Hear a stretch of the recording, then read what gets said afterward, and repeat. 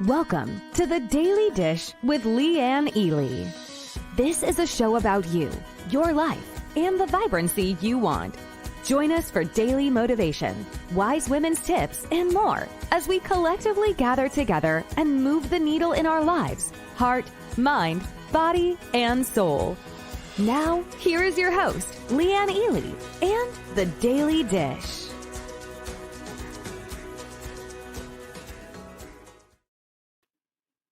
I'm thirsty. How about you? Hey, it's Thursday. What do you think? Should we get together and jam on it a little bit? What do you think? Flynn says yes. So does Nancy, Carla, and there's my girl Marguerite. Joanne's in the house. Oh, what do you think of this series that we've been doing? Martha, hello. What do you think of this overthinking thinking? Have you overthought the overthinking yet? You know I do. That's my thing. Hey, Sue. Good to see you. Glad you're here. Joanne says, yes, she's enjoyed it. Thank you so much for that.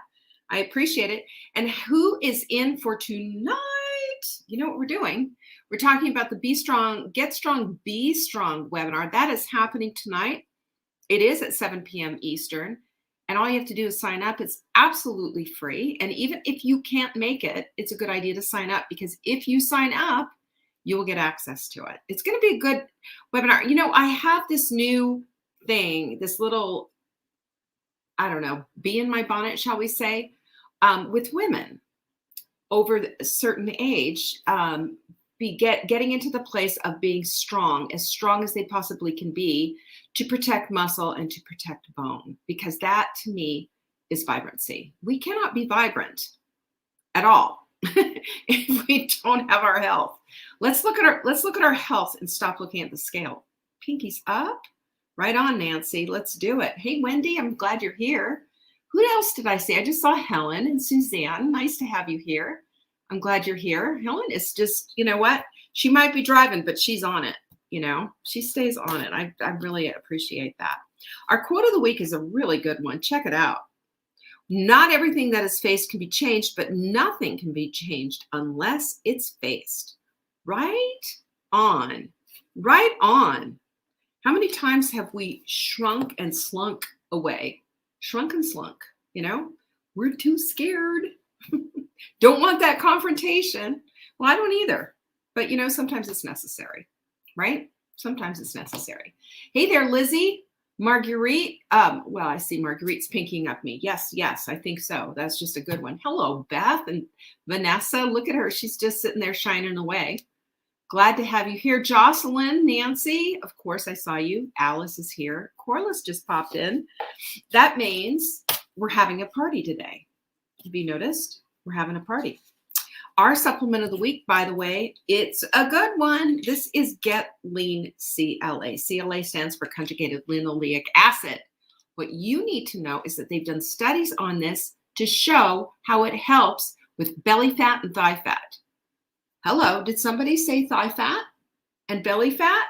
On it. This is a good time to get it, because you can buy 3, you'll get 1 free.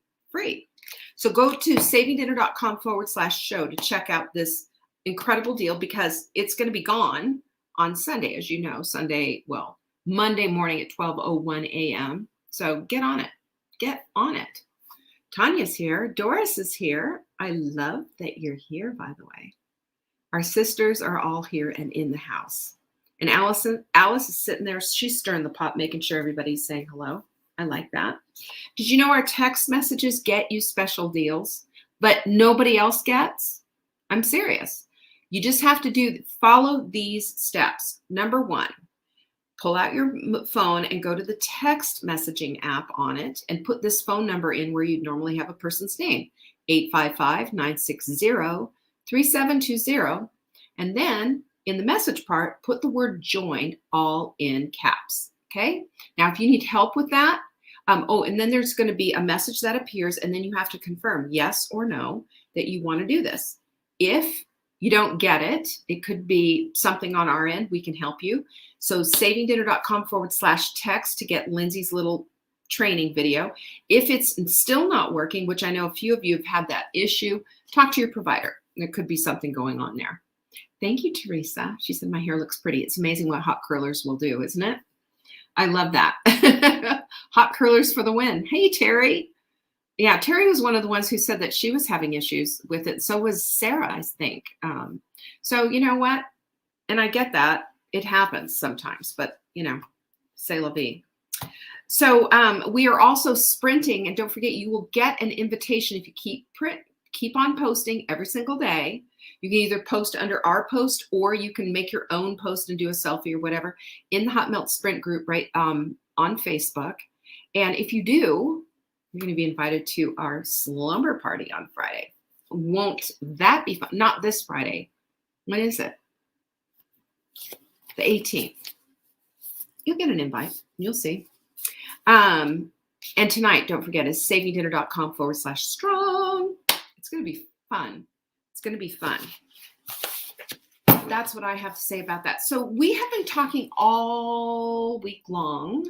And oh, by the way, who has been seeing my little tours of my house?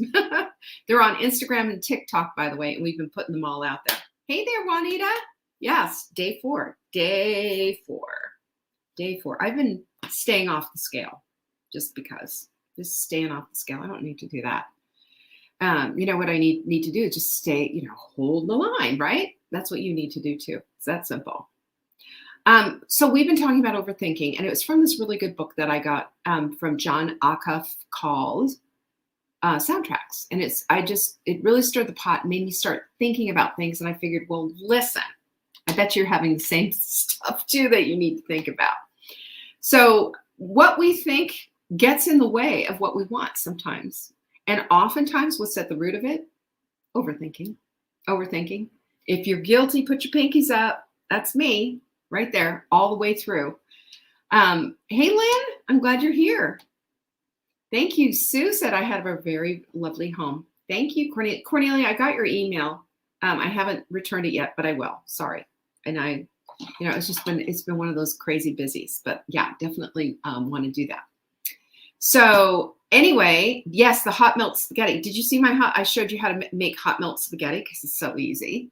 I did a few other things. So there's lots of video going out, and I'm committed to making a new video every day. I told Amber that. I'm telling you that. I'm being accountable. Okay. I'm not going to overthink it. Ha ha ha. I'm just going to do it. We're going to figure this out as we go. I know what to do here, but it's on these other platforms where I have to do something different. I'm like, what the heck up with all of that? So when we overthink, what happens with overthinking? Let's go back to the subject at hand, shall we? Hi, Jane. Thoughts get replayed over and over again, and usually the ones that we don't want. And there are thoughts that indeed keep us up at night. I know you can relate to this. I think we can all relate to this. These are the soundtracks in our heads. We have soundtracks in our heads. We've also talked about music before being an earworm. You've heard that before, right?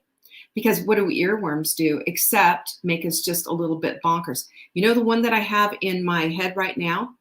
Don't ask me why, but it's Eternal Flame by Wilson Phillips. Think about it for a minute. And I know you're going to be cursing me tonight. Do you know my name? You know the song.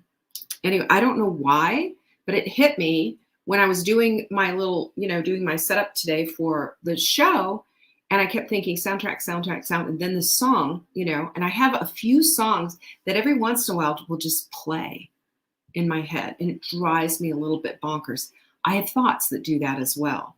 But that's why they're called soundtracks. It's the same kind of a deal on repeat.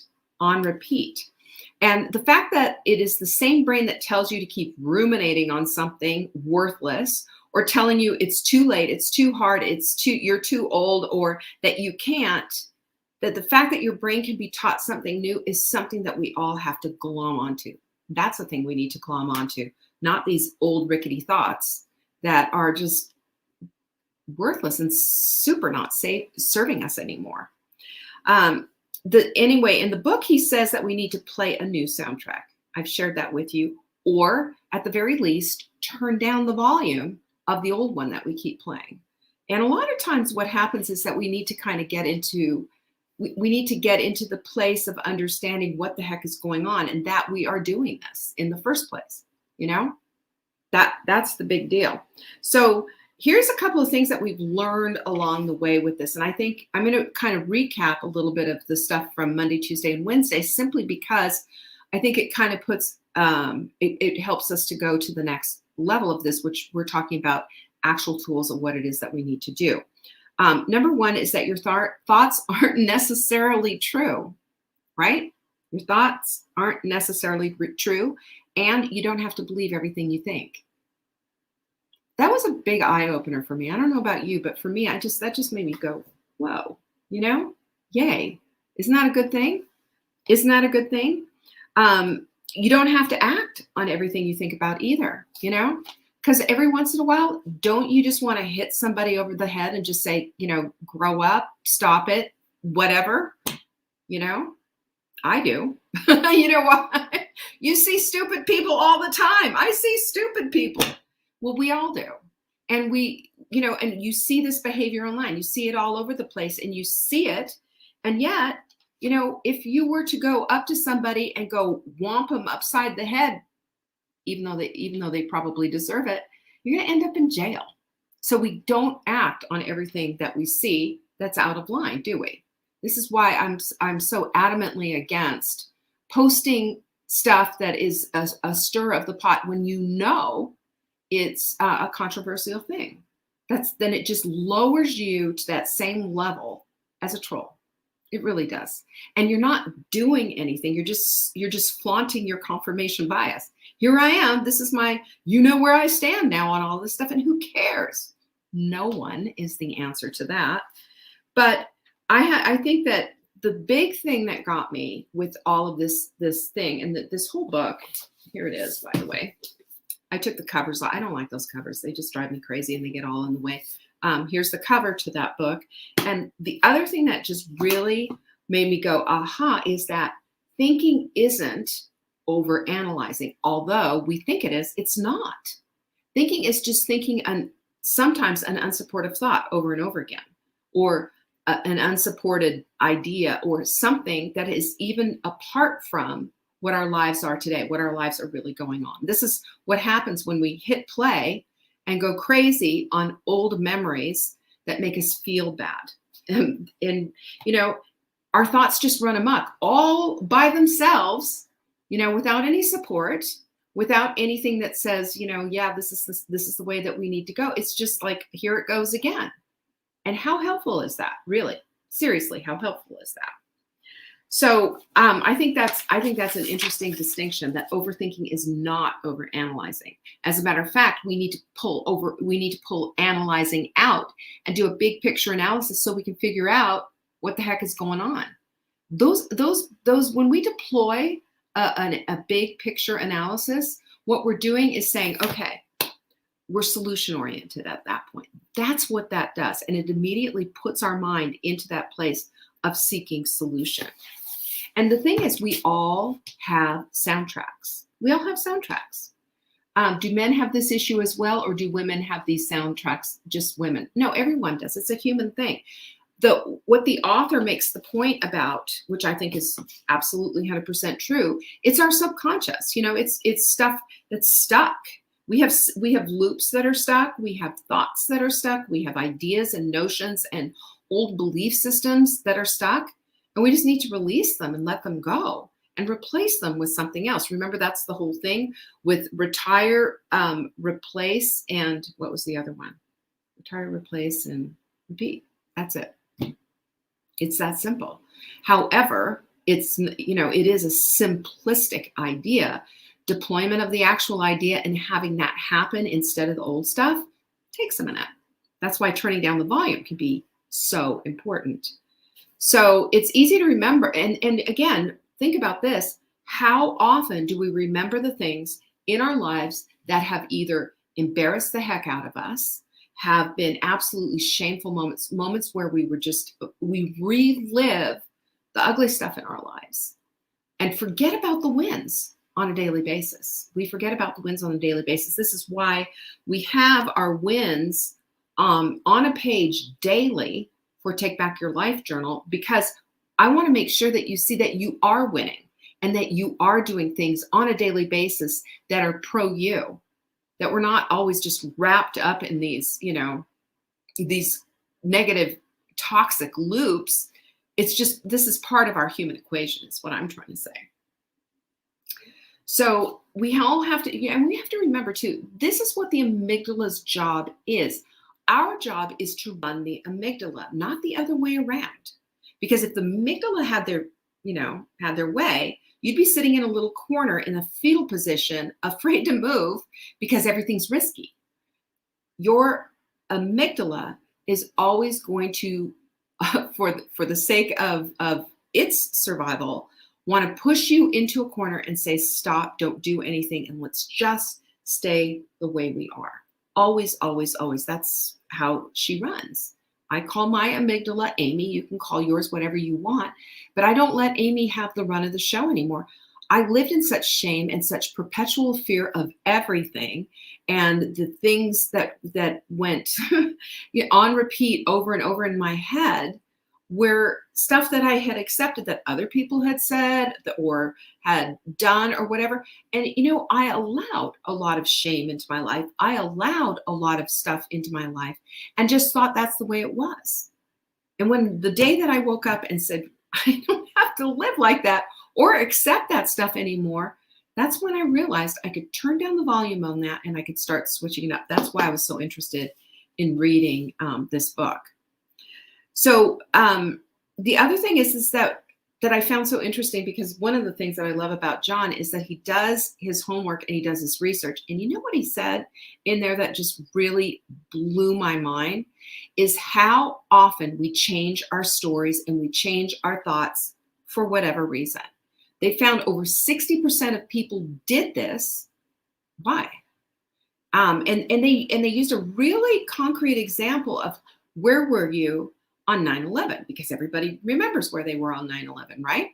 Well, interestingly, what they saw, and they did this with students, is they had students write this out their freshman year, what they saw, what they heard, and what they remember, where they were, who they were with, etc. And then their junior year, they asked that same question and had them write it out, and they compared the papers. And interestingly enough, they found that over 60% of them had different memories. They were with different people in different locations, different everything. And when the students were confronted with this is what you wrote your freshman year, this is what you wrote your junior year, they were like, whoa, well, this is the one that's true. Why would I say this? This is lying. It was very confusing. But the point is, this is how our brains operate. They change and fix things and create different details for whatever reason. It's maybe more convenient, easier to remember, whatever. But it's interesting because sometimes our memories aren't accurate. They're not. And sometimes we're actually lying to ourselves. Why? Not on purpose, but ease of accomplishment, a simpler story, easier to remember. The science is out right now. They don't know exactly why. And the same thing goes with trauma. This was an interesting thing too, that our brains on trauma, regardless of the trauma, regardless of how you judge it, our bodies are going to have the same chemical reaction. You know this. We react, we release chemicals into our bodies. There's dopamine, there's serotonin, there's adrenaline on the other side of it. And we get, our bodies send signals all over.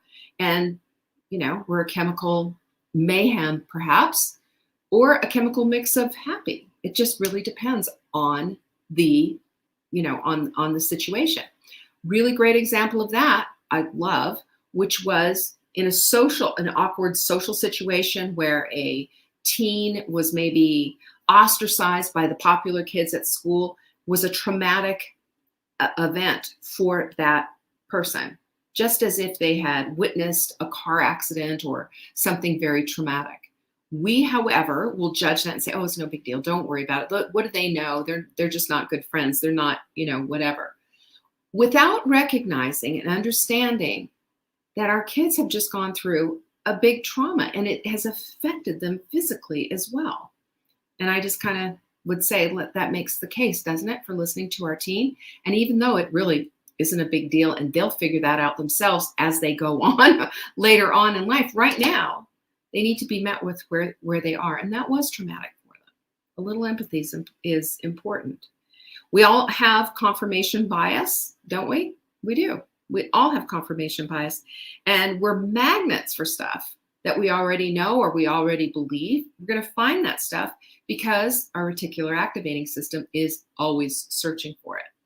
We also found that words are precious and carry a lot of weight.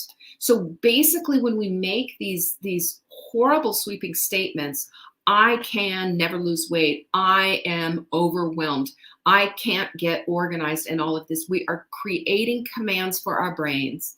And at that point, it's game off. And you are right. You will not get organized. You will not lose weight. You will be perpetually overwhelmed because of your choice of words. Your brain has no choice. It is a directive. And I think that is just, interesting because our brains don't understand the exasperation or just the frustration that we're going through. They only understand, they take things very black and white. This is why contrasts are so critically important. This is why I oftentimes will do, a lot of hyperbole when I'm trying to make a point of what's what, because that's how we understand. There's some primitiveness in our brains. There's some very complex ways that we think and conceptualize and abstract thinking, the whole 9 yards. But there's also a lot of primitive stuff that we have to overcome. And a lot of that is in the background as a soundtrack. So overthinking the way that we overcome overthinking is simply by action, doing something different. So we start to overthink that I can never lose weight, and we need to jump into something that says, oh, yes, you can, and here's the proof. We're the narrator. We are the narrator of our own lives. You're the star of your own show. You get to direct it. You get to write it. You get to determine what the dialogue is going to be about. You get to do all of that stuff. So if you're not rooting for yourself as the hero in your own movie, then who will? And why should anybody? You got to think about these things because, what will happen, and you've seen this exactly. I know you've seen this. Somebody will post, oh, I just can't and everything. And everybody will come to their aid, like a Facebook posters. Oh, I understand completely. And I went this, that, and the other thing or whatever. And oftentimes, this empathetic reach out isn't what that person needs. The person needs to understand that that's not entirely true, that thought isn't true. We don't need empathy on this part. We need to change our minds. So here are some tools that are going to help you with this. And with some of them we went over yesterday, and I think will super help. One of them, of course, is the quote decks. Our quotes have such impact. I shared with you my favorite quote from Ramad Sharma yesterday. What you think about expands what you, now I can't even think about it. Goodness gracious. What you think about expands what you dwell upon ultimately becomes your destiny. That's the whole thing. And I have it usually on my wall, but it fell down, so I need to pick it back up. Yep. There it is. It's sitting right there. But I have quotes everywhere. This one right over here on the wall is, whatever you're not changing, you're choosing. Read that again. Whatever you're not changing, you're choosing. And these are things that we need to look at this, because this is planting new seeds. That's what I think quotes do, is they plant new seeds. It's new seed for thought. It's something to mull over instead of the same old tired story that you've been mulling over. And the same old tired story is the result of overthinking. Am I right? I am. Our self-talks, our self-fulfilling prophecies. I just went through that. So we have to look at the 3 R's. Retire, replace, and repeat. So we want to retire the stuff that obviously doesn't serve us. And then we want to replace it with something that will. And then we want to put it on repeat so that becomes louder and the overthinking stuff becomes quieter, right? Isn't that a good idea? I think so often We don't think that we have the power to do it because we think that, our thoughts are going to run randomly away from us without us. And it's simply not true. It's like opening up the gates. If you had a cattle farm, would you open up the gates and just let your cows do whatever? Or do you corral them and keep them within the confines of the fence? It's precious cargo there, right? That's your livelihood there. It's the same with your brain. Keep the thoughts that you want and get rid of the rest. Cattle ranchers do that. They're going to let that coyote out of the fence, probably going to kill it. They're going to make sure that all they have in there are cows, steer, those kind of moo, those guys. They don't want any other animal in there. They don't want any other animal. And that's exactly how it is. We need to be selective about what's in there. Super important. The other thing is, think about this one. Here's another tool to think about as you start to go into the overthinking about. When you start to say something, and I see this all the time, believe me, I see it in comments here. I see it on blog posts. I see it messaged to me as well.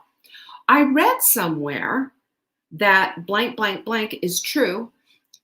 And we pick it up as gospel, not only in the things that we think, but the things that we pick up. And it's just not true. Again, back to that whole thing is we have to look at what is being said, and we need to track things down, especially in this age of disinformation. I hate to say it, but it's true.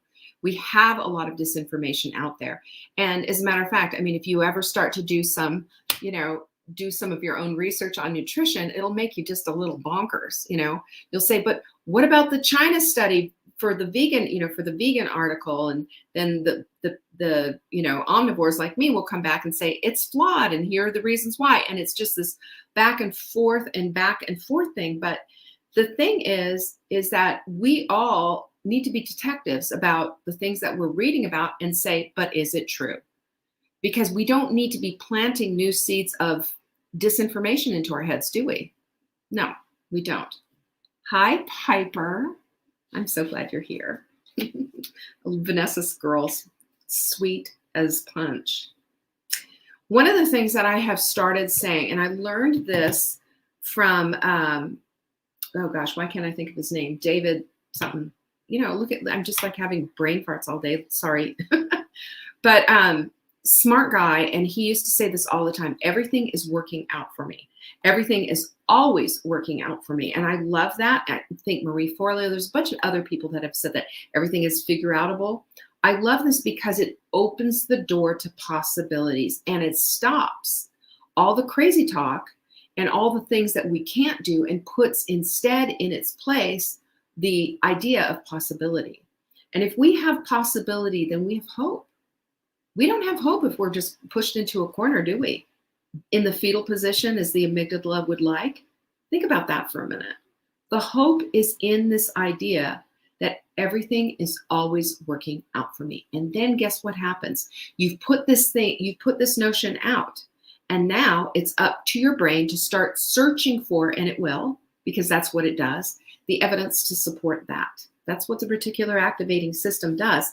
And it helps to lose all this idea of that I can't, or I'm too overwhelmed, or I'm too this, or I'm too that, and I can't because of this and that and this.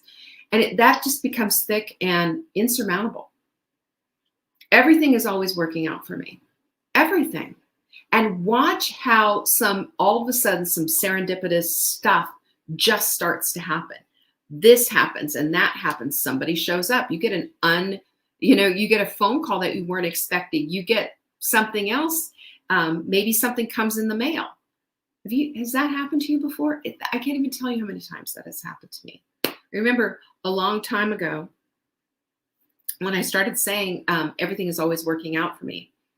And I very particular, I remember we were having, I had launched, I don't even want to tell you this, but I had another business where I was putting together databases of recipes for wellness folks. And I had hired somebody to run it. I had all this, it was a big investment. I got investors on it. It didn't work out, by the way, but I had all this going on.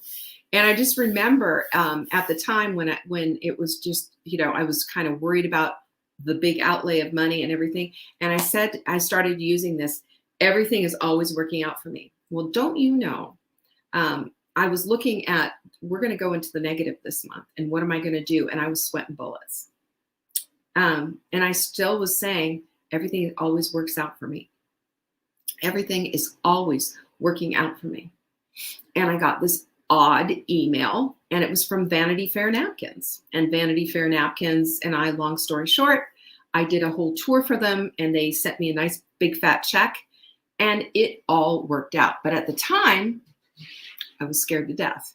At the time, I was starting to go into the negative loop and just look for all the evidence to say, I need to just shut this thing down and do something else. But that's not what happened, because I believed with all of my heart that somehow, some way, this was all going to work out. And if money is just energy, well, let's bring the vibe up. let's just go from there, So it really, it's really incredible how this all works out.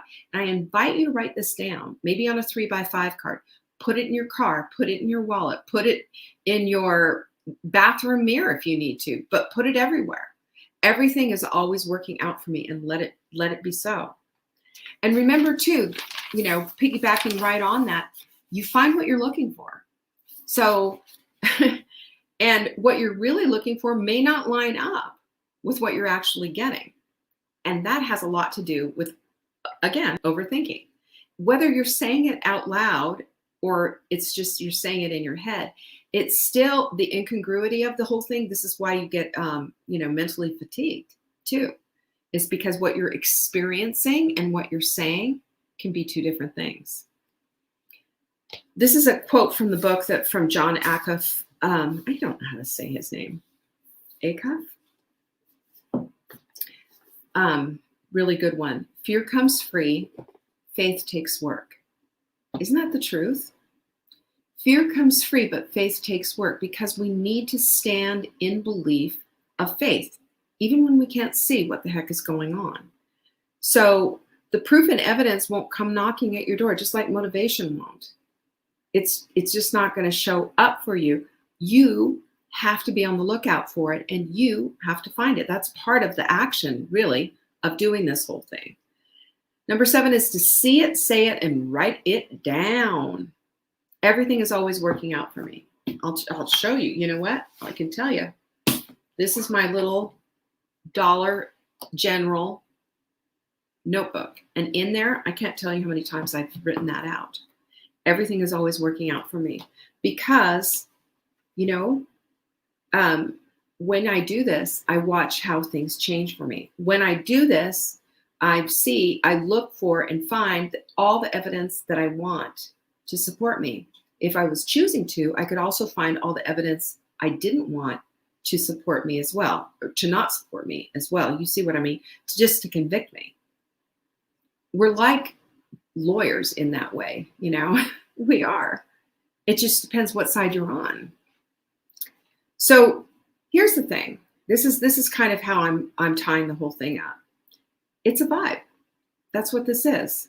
It is a vibe. Soundtracks are a vibe. What's in your head is a vibe. So your words, the music, the music. Remember the earworm that I just told you about? The people and the action, everything that you're around, that could be high vibe or it can be low vibe. But I'll tell you this. I know this. A low vibe, business as normal. Just ignoring and just going on and not even dealing with the thoughts that are in your head, and then allowing whatever to happen, just as we've always done, because that's how we always do life. All the negative stuff and all the negative action and all the negative this, that, and the other thing to support this broken soundtrack in your head. And I just want to say to you that you are enough, that you have the capability of completely shifting gears and doing things the way that you want to. It's time to align, though, the stuff that's in our head, the soundtracks of our head, with the stuff that we want. And you can. So tonight we're gonna go do this. We're gonna get into the weeds on what it means to be strong and to stay strong, how that's gonna affect us as we get older, how that's gonna affect us today, and how that is one of the most incredible ingredients for a vibrant life. And I just can't tell you how crucial this is for you and for me. As women, if we want our place in this universe, we want our place in the sun, so to speak, so that we can be at our very best, we've got to get strong. That's all there is to it. We've got to get strong. So go get your seat for tonight, savingdinner.com/show. And on Saturday, we're going to sew this whole thing up. It'll be the end of this series. But in the meantime, and it's going to be good because I'm going to talk about symbols and things that we can do to trigger this higher thinking that we're talking about and getting rid of overthinking. It's really good. It's the last part of the book. And the last thing, too, that I wanted to say, too, is if you get signed up for tonight and you can't make it, we will send you the replay. savingdinner.com/show. That's how you do it. All right. I hope that was helpful. Good, Joanne. I'm glad you're there. I'm actually going to go through my notes tonight and see if I can't beef them up a little bit, too. Good. I'm so glad, Vanessa. I'm glad she said it helped her for today. I'm so glad. Say hi to the girls. Give them a hug for me. Give your kids a hug too. Grandkids, whomever, your dog, cat, whomever. And I will just say, I would like to thank every one of you for joining us every single day that you do, for sharing these videos if you found them useful, and for being a part of my life. You make all the difference in the world. Honestly, you do. I appreciate you. Peace be with you. See you tonight.